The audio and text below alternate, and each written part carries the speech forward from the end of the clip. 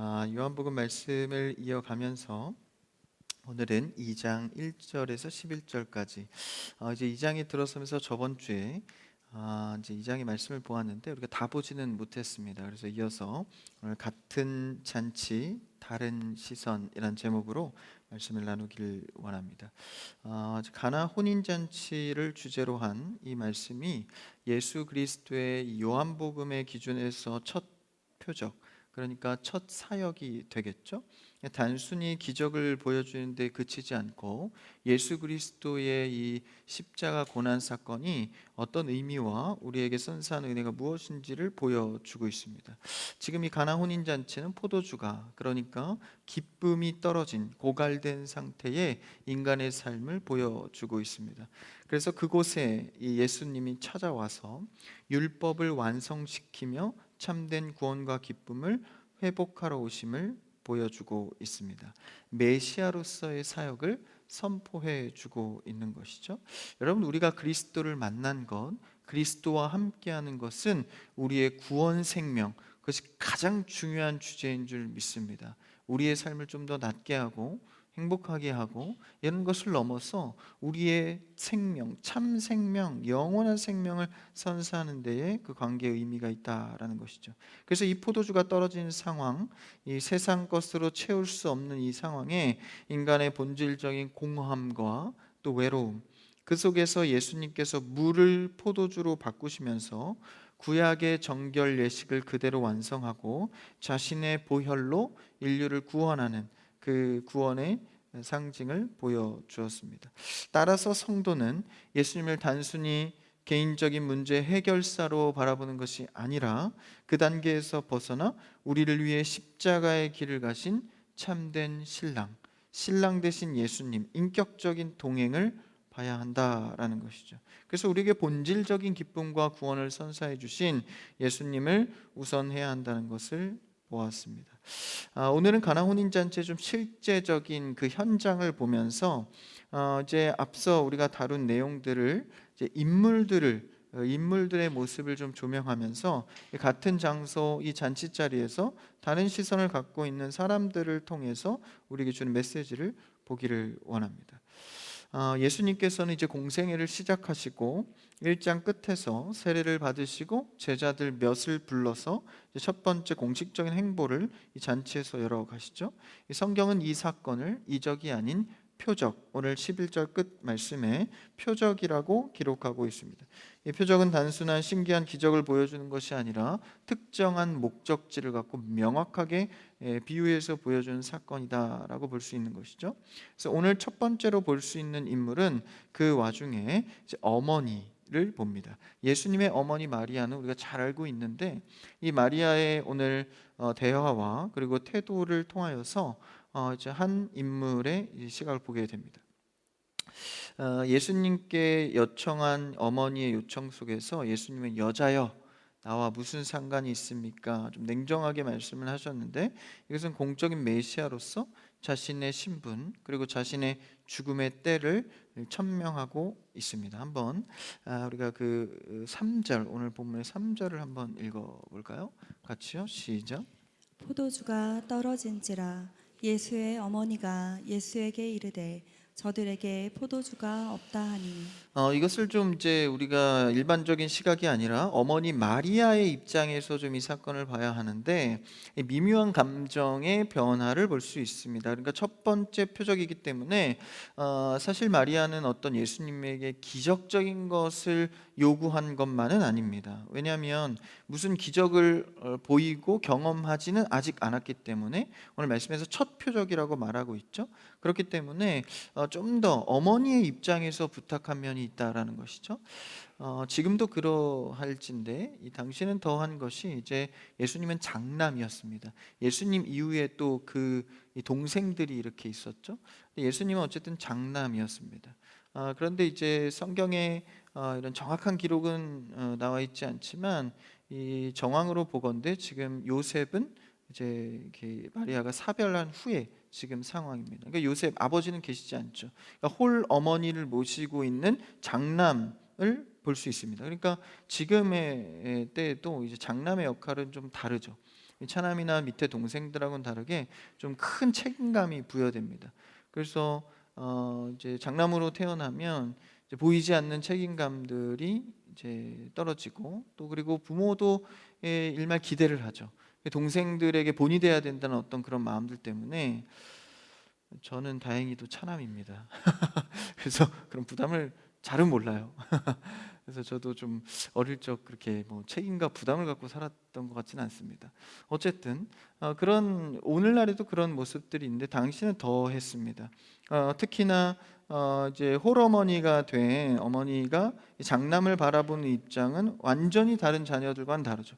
때로는 이 남편과도 같고, 때로는 아들과도 같은 좀 복잡 미묘한 그런 관계로 장남은 위치했다라는 것이죠. 예수님이 그런 장남이었는데, 이런 위기와 어려움과 이 근심 가운데에 어머니가 장남 예수님을 대하는 태도는 당연히 다르다라는 것이죠. 그래서 그런 마음을 담아서 가족 관계 속에서도 굉장히 이 책임감과 끈끈한 마음 속에서 부탁을 하고 있는 거죠. 이 일을 어떻게 하냐, 마치 남편에게 이야기하듯 이 장남 예수님께 말하고 있는 것입니다. 그래서 그 시선과 입장으로 질문을 하고 있는 것이죠. 이 일을 어떻게 할 수 있겠는가라고 어찌 보면 요청과 동시에 상의 정도 같은 입장에서 가족으로서 말하고 있는 것입니다. 그런 입장을 잘 알고 있는 예수님이 반대로 이야기를 하고 계신 것이죠. 4절을 한번 읽어볼까요? 4절 시작.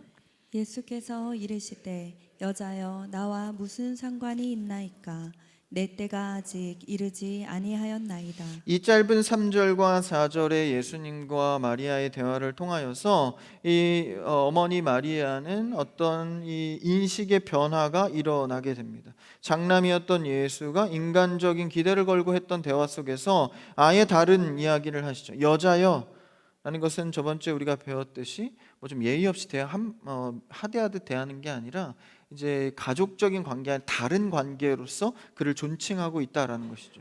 여자여 나와 무슨 상관이 있나이까라고 이야기합니다.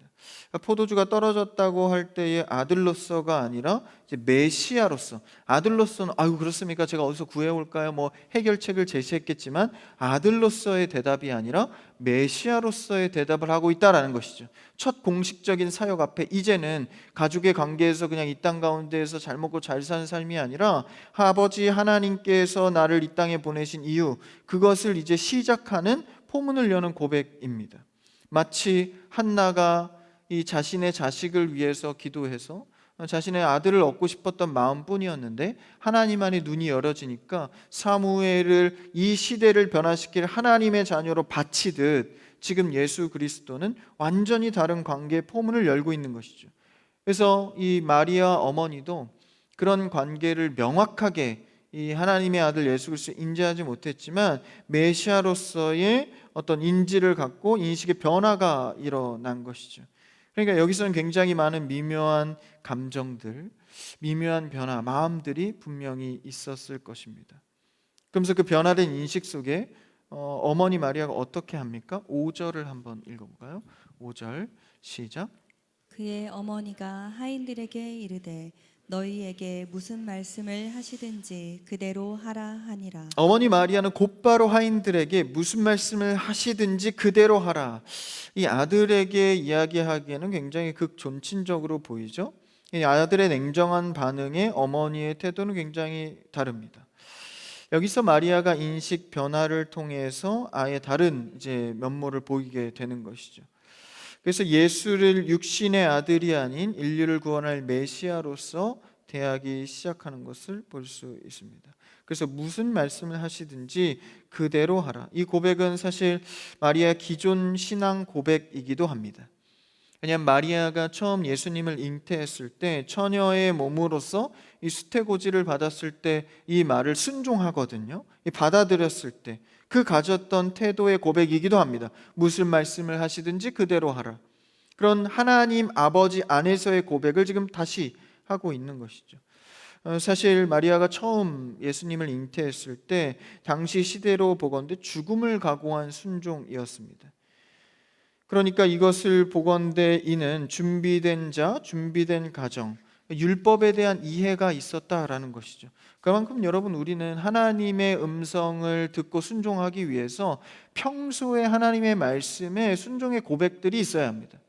그냥 내 멋대로 살다가 갑자기 하나님의 말씀이 번뜩 그냥 순종이 되고 이해가 되고 따라가기가 쉽습니까? 그렇게 우리는 막 신비적인 것을 따라가는 종교가 아닙니다. 하나님 안에 인격적으로 말씀을 배우고 깨달아가며 알게 되는 것이죠. 그런 율법에 대한 준비와 신앙 고백이 있었기 때문에 이 마리아는 하나님의 갑작스런 수태고지 속에서도 그것을 순종하며 그 예수 그리스도를 잉태하고 낳게 되는 것이죠. 마찬가지로 이 순간에도 갑자기 예수 그리스도가 다른 메시아의 면모로 이런 응답을 할 때에도 어머니는 신앙 고백이 있었기 때문에 그것에 순종해서 그에 맞게 태도를 취하는 것을 보게 됩니다. 여러분, 우리는 큰 시련이나 기적의 순간에 갑자기 큰 믿음이 생기는 것이 아닙니다. 평소에 말씀을 묵상하고 작은 일에 순종해오던 습관으로 결정적인 순간에 저력을 나타내게 되는 것이죠. 여러분, 일상의 예배의 시간들, 경건의 순간들에서 여러분 하나님께 순종해가는 여러분 되기를 바랍니다. 그런 순간의 힘들이 우리의 삶을 지탱하는 힘이 된다라는 것이죠. 마리아가 지금 이 장면에서 그것을 보여주고 있습니다. 아들을 떠나보내고 구세주로 받아들이는 그 아픔과 결단. 이제 구세주로 받아들인다고 해서 그냥 아들이 아닌 게 아닙니다. 그런 복잡한 그 심경 속에서 이것을 받아들여 가게 되죠. 그 뒤에 예수님이 순환과 수치를 당할 때에도 마리아 어머니는 눈물로 그것을 감당해 냅니다. 누가복음 2장 34절 35절에 보면 이것이 이미 예언되어져 있던 마음입니다. 한번 우리가 읽어볼까요? 시작. 시므온이 그들에게 축복하고 그의 어머니 마리아에게 말하여 이르되 보라, 이는 이스라엘 중 많은 사람을 패하거나 흥하게 하며 비방을 받는 표적이 되기 위하여 세움을 받았고 또 칼이 내 마음을 찌르듯 하리니 이는 여러 사람의 마음의 생각을 드러내려 함이니라 하더라. 그 마음에 칼이 내 마음을 찌르듯 할 것이다. 이 표현은 마리아가 겪게 될 극심한 심적인 고통을 상징합니다. 이것은 이제 경건한 사람들이었던 시므온이 성령의 감동을 받아서 마리아에게 예언하고 있는 장면입니다. 그러니까 성경은 마리아가 단순히 복된 여인으로 남는 것이 아니라 인류 구원을 위한 메시아기를 지켜봐야 하는 어머니로서 또 인간적인 고통과 슬픔을 감내하는 고난받는 어머니의 삶을 보여주는 것이죠. 그래서 혹자들은 이 마리아를 성인으로 취급하여서 좀 이렇게 신비스럽게 이렇게 천주교 쪽에서도 그렇게 그런 오류를 범하고 있죠. 어머니는 우리와 같은 인간입니다. 단순히 이제 성령의 잉태로서 예수님을 낳는 이 축복의 가문의 대열에 낀 것뿐이지 똑같은 인간이다라는 것이죠. 그래서 어떤 복된 여인, 신비로운 여인이 아니라 오히려 누가복음의 예언처럼 칼이 내 마음을 찌르듯 하는 고난받는 어머니의 삶을 보여준다라는 것이죠. 여러분, 우리는 하나님을 내 소원을 들어주는 도구나 내 뜻대로 움직여야 하는 분으로 착각할 때가 많습니다. 신앙의 성숙은 내 필요에 맞춘 하나님이 아니라 하나님 주권과 그분의 본래 있는 모습 그대로 인정하는 인식의 전환에서 시작됩니다. 그러니까 마리아 어머니도 이런 인식의 전환을 통하여서 그분이 말씀하시는 대로 그대로 하라, 따르리라 라고 고백하는 것이죠. 이성과 상식을 뛰어넘는 신뢰입니다. 가족적으로 그냥 장남으로서만 취급하던 그 삶에서 이제는 인식이 바뀌어가는 것이죠. 내가 원하는 것, 내가 하고 싶은 대로 하나님께 고하면서 내 것을 채워가는 신앙이 아니라 내 인식이 전환되어서 하나님 입장에서 무엇을 말씀하시는, 참된 신앙은 화려한 축복을 쫓는 것이 아니라 사명을 위해 따르는 필연적인 아픔을 수용하는 것입니다. 그래서 우리가 이 아픔과 어려움은 신앙의 이 불가피한 영역이다라는 것이죠. 예수님도 직접적으로 제자들에게 너희들의 십자가를 지고 나를 따르라 말씀하시죠. 그러나 그 아픔을 수용하며 갈 때 진짜 하나님의 뜻과 그리스도의 동행이 시작된다라는 것이죠. 그래서 진짜 이 그리스도와 함께하는 가치는 참으로 우리가 이 신앙생활 속에 가장 중요한 영역입니다. 때로는 나중에 하나님을 만난 사람들이 이런 귀함을 많이 알 때가 있습니다. 그러니까 뭐 연예인들도 그렇죠. 좀 부와 명예를 많이 누린 상태에서 그 뒤에 이제 하나님을 만나게 되는 경우들을 봅니다. 그러니까 세상 것들로 막 채워서 좀 승승장구해 봤는데 그런 것들이 쉽게 내 삶을 이렇게 채우거나 행복해지지 않는 거예요. 그런 모습 속에서 진짜를 하나님 안에서 발견하고 이게 진짜구나 하는 것을 확실히 또 삶에서 체감하는 경우가 많죠. 무엇이 진짜 귀한 것인지. 여러분, 우리는 정말 그리스도를 따르는 그리스도께 맞춰진 이 동행을 통하여서 참된 귀함을 발견할 수 있는 여러분 되길 바랍니다. 이 마리아가 그런 인식 전환이 일어난 거예요. 그래서 우리의 삶에서요, 이 말씀과 또 이런 신앙의 형태들을 통해서 자꾸 발견해야 합니다. 내 인식을 전환시켜서 하나님께서 원하는 것들이 이런 것이구나, 귀한 가치를 발견해 가는 것이죠. 그런 이 인식 전환이 지금 마리아가 이루어진 것입니다. 또 한 인물을 볼까요? 하인들을 이제 마리아가 이제 시킨 그 일을 시킨 하인들의 태도를 봅니다. 한번 이 7절을 한번 읽어볼까요? 7절 시작. 예수께서 그들에게 이르시되 항아리에 물을 채우라 하신즉 아귀까지 채우니. 예수님은 이제 마리아의 부탁으로 앞장서게 된 하인들 앞에 항아리에 물을 채우라고 합니다. 하인들은 이제 예수님의 명령에 따라 항아리에 물을 채우는데 이것은 그들이 이제 율법의 완성을 상징하는 이제 율법인 물을 그리스도의 피로 전환해서 율법 완성을 그 상징을 담고 있는 것까지는 사실 전혀 모를 것입니다. 그런데 하인들은 예수님의 명령을 따라서 물을 채웁니다. 여기서 두 가지 우리가 하인들의 모습을 보게 되는데, 첫 번째는 아귀까지 물을 채웠다라는 것이죠. 그러니까 항아리 주둥이까지 찰랑하게 꽉 채워서 담았다라는 것입니다. 여기서는 절대적인 하인들의 이 순종을 보게 됩니다. 사실 이 순종을 보면요, 가짜인지 진짜인지 그리고 어느 정도 마음인지 그 순종의 결과를 보면 대번에 알 수 있습니다. 그러니까 이제 이게 순종은 하는데 마음속으로 좀 동감이 안 되고 불편하면 그 순종한 태도나 그 결과물들이 확실히 다릅니다. 지금 어떻게 했죠? 그 많은 이 큰 항아리입니다. 굉장히 그 큰 항아리를 6이나 놓았는데 거기다 모두 다 아기까지 꽉 채웠다라는 거예요. 그렇다는 것은 그 마음이 이것을 수행해야겠다라는 적극적인 순종의 마음이 있다라는 것이죠. 그리고 이 물을 채울 때 이 하인들의 반응이 어떻게 나오죠?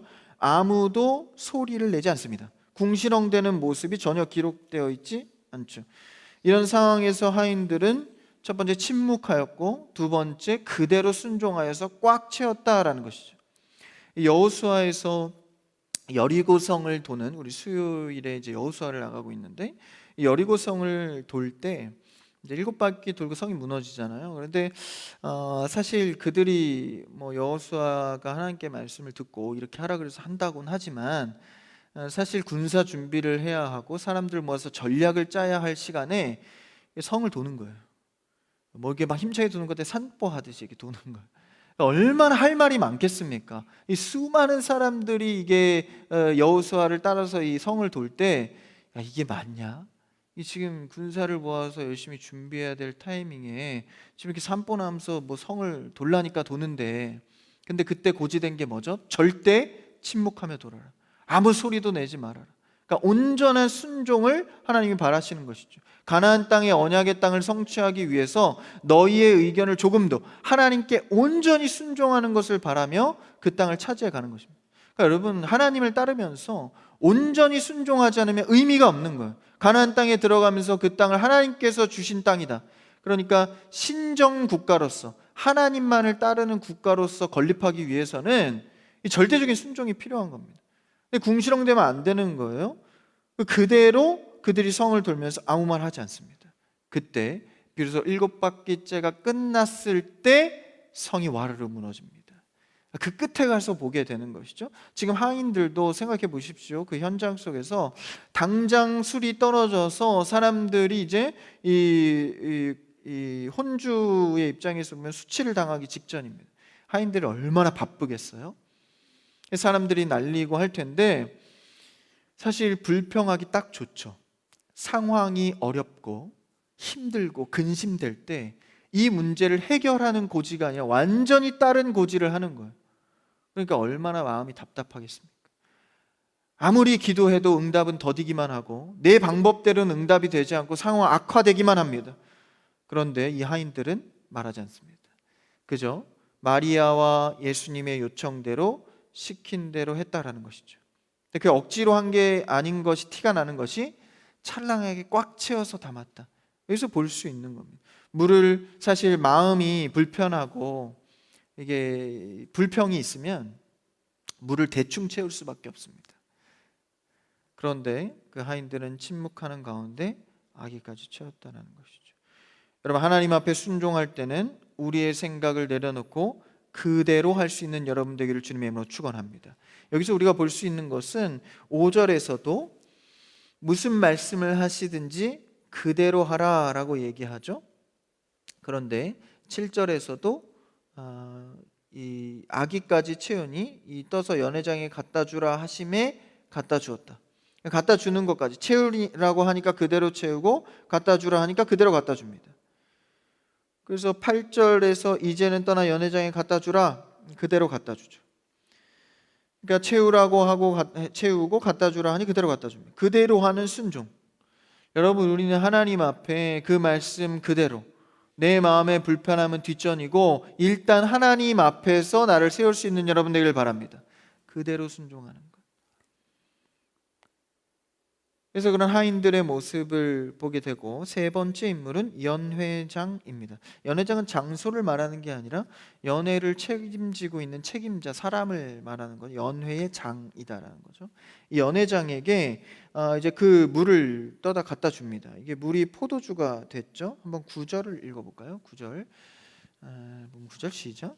연회장은 물로 된 포도주를 맛보고도 어디서 났는지 알지 못하되 물 떠온 하인들은 알더라. 연회장이 신랑을 불러 반면 연회장은 기적으로 만들어진 최상의 포도주를 맛보고도 어디서 났는지는 알지 못합니다. 그런데 누구는 알았죠? 하인들은 알았습니다. 그러니까 같은 사건을 경험하고도 포도주 맛을 보고도 어디서 났는지 몰랐다라는 거예요. 굉장히 신학적인 중요한 주제인데, 어디서 났는지 몰랐다. 이것은 후에 3장에서까지 연결되는 주제인데, 기적의 결과물은 누렸지만 정작 그 기적을 베푸신 누구, 주체자를 몰랐다라는 것이죠. 여러분, 우리 믿는 자나 믿지 않는 자나 이 굉장히 많은 일반 은총의 영역들을 누립니다. 공기, 물, 바람, 햇빛, 수많은 우리에게 주어진 가정의 행복, 물질의 행복. 그러나 그것이 누구로부터 제공되는지를 아는가 모르는가는 굉장히 큰 이 차이를 발생한다라는 것이죠. 내가 열심히 했기 때문에 얻어진 것이고, 그냥 자연적으로 진화했기 때문에 우리에게 주어진 것이고, 세상이 그냥 빅뱅의 이론으로 터져 나와서 되어진 것, 그냥 우연이 된 것으로 그 주체를 바꾸는 순간 우리의 삶의 언행과 태도와 목적은 완전히 달라집니다. 여러분, 우리는 무엇을 하든 무엇을 얻게 되든 어디서 났는지 알게 되는 여러분 되기를 축원합니다. 그래서 여러분, 우리는 기도해야 되는 거예요. 주님, 나에게 이것이, 이런 상황이 어떻게 되는 거예요? 그러니까 내가 기도할 때 어디서 났는지를 더 명확하게 아는 것이죠. 야, 우연히 그냥 내 행복이 이렇게 하다 보니까 되었구나, 혹은 내가 이렇게 했기 때문에 되었구나, 그게 아니다라는 것이죠. 기적을 베푸신 분이 누군지, 어디서 났는지 아는 것이 중요합니다. 우리 주변에도 기적과 같은 은혜를 입고 살면서도 그 주인이신 하나님을 알지 못할 때가 참으로 많습니다. 특히 이 생명이 오가는 병원이나 응급실, 이 의료기관에서 그런 일들이 많이 생기죠. 그럼 그들은 그냥 어떻게 고백합니까? 기적입니다. 하늘이 도왔습니다. 그냥 이렇게 우연과 같은 취급을 하기 마련이죠. 우리는 분명히 알아야 합니다. 일반 은총이든 특별 은총이든 하나님께서 주셨구나, 하나님께서 하셨구나, 하나님께서 베풀어 두신 일상의 기적들, 그리고 특별한 기적들을 우리가 하나님으로 말미암아 되었다는 사실을 날마다 인지해야 합니다. 그래서 지금 연회장을 통하여서 우리가 볼 수 있는 것은 무엇입니까? 은혜의 출처를 기억해야 한다라는 것입니다. 내 삶의 평안과 기쁨이 나의 능력이나 우연이 아니라 위로부터 왔음을 기억해야 하는 것이죠. 그리고 이 구절에 보니까 연회장은 몰랐지만 누구는 알았죠? 물 떠온 하인들은 알더라. 물 떠온 하인이라고 왜 표현을 할까요? 그대로 순종했던 사람들은 알더라라는 것입니다. 그러니까 여러분, 자꾸 내 생각을 첨가하고 이건 하나님 뜻이 맞는데 그래도 요 정도는 이렇게 해야 될 것 같아, 이렇게 불순물을 섞는 순간 모른다라는 거예요. 여기서 물 떠온, 그대로 했기 때문에 안다라는 것입니다. 여러분, 하나님을 결과론적으로 열매로만 하나님을 알아가지 마시고 과정 속에서 하나님과의 관계를 만들어 가시길 바랍니다. 과정에서 하나님을 만나야 하는 것이죠. 그래서 그들은 물을 채우고 그대로 떠서 전달한 그 수고의 순종이 있었기 때문에 그 근원을 알았다라는 것입니다. 결과만 즐긴 자가 아니라 주님의 일하심의 과정에 참여한 자가 되어서 영적인 무지에서 깨어났다라는 것이죠. 그러면서 이 세 명의 인물을 보면서 이제 마지막 진짜 주인공인, 사실 전면에서는 나오지 않았지만 예수님이 목적을 두고 있는 상대들이 있습니다. 한번 11절 마지막 절을 읽어볼까요? 시작. 예수께서 이 첫 표적을 갈릴리 가나에서 행하여 그의 영광을 나타내심에 제자들이 그를 믿으니라. 마지막 결론은 무엇입니까? 바로 제자들입니다. 제자들이 그를 믿으니라. 이 모든 일련의 과정을 상징적으로 혹은 표면적으로 드러낸 이유가 무엇입니까? 제자들이 그를 믿게 하기 위함입니다. 그래서 제자들은 이전에 예수님을 만났죠. 만났던 사람들이지만 오늘 11절 끝에, 문단의 끝에서는 믿었다라고 마치고 있습니다. 한번 우리가 앞절, 이렇게 가까운 절에 1장 41절을 한번 보시면 이렇게 되어 있습니다. 1절 읽어볼까요? 시작. 그가 먼저 자기의 형제 시몬을 찾아 말하되 우리가 메시아를 만났다. 메시아를 만났다라는 것이죠. 믿은 게 아닙니다. 만났다. 그래서 이 어린 양을 보라라고 할 때, 와서 보라, 이 은혜에서 이제 만나게 되는, 혼인잔치에서 믿었다로 마치게 되는 것이죠.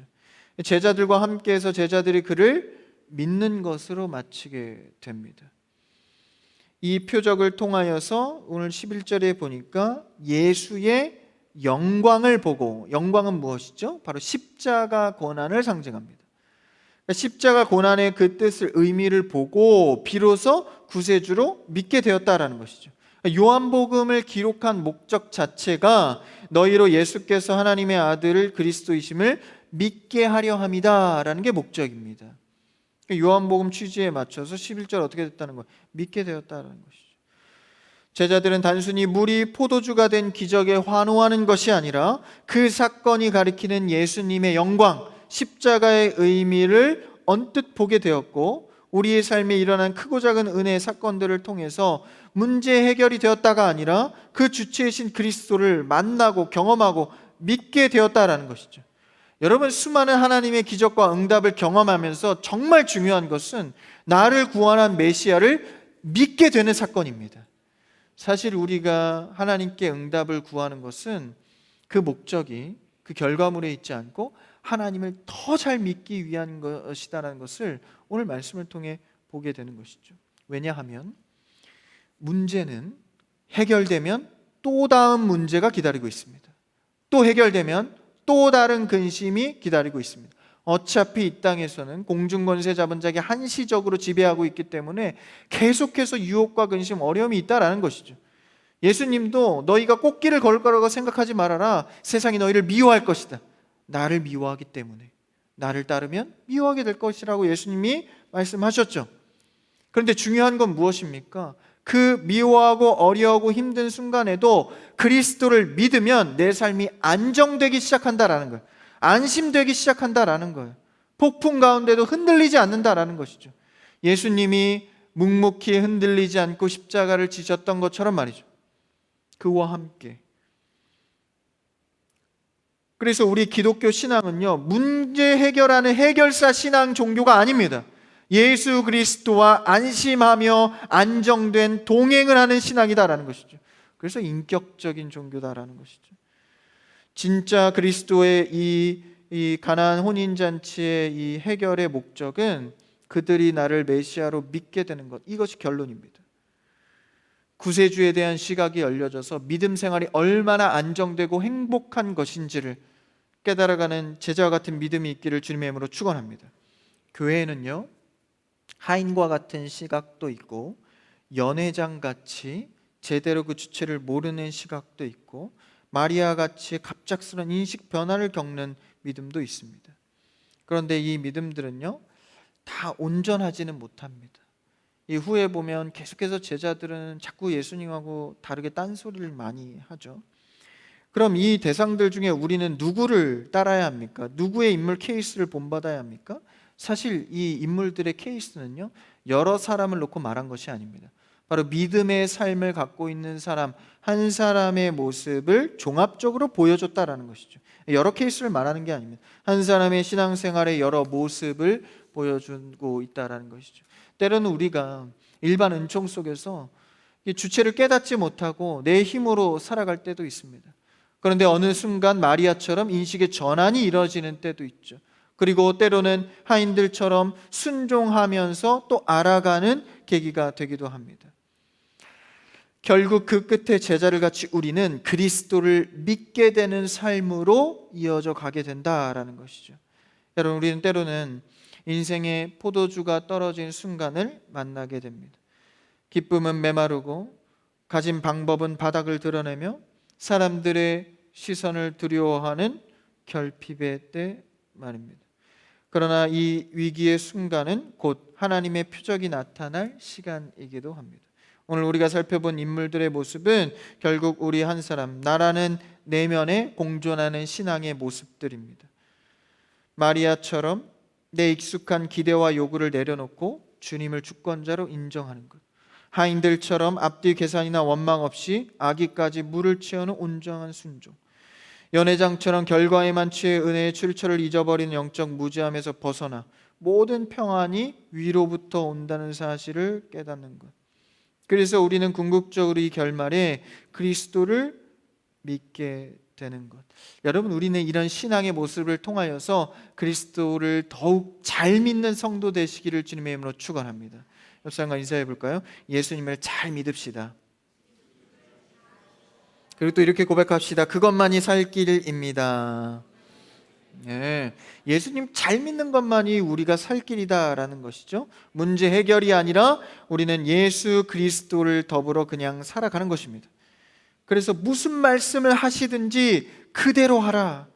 단순하지만 강력한 마리아의 권고를 우리는 다시 한번 가슴에 새깁니다. 우리가 가진 것이 물뿐이라 할지라도 명령하신 것을 따를 때 생명의 포도주로 변화되기 시작합니다.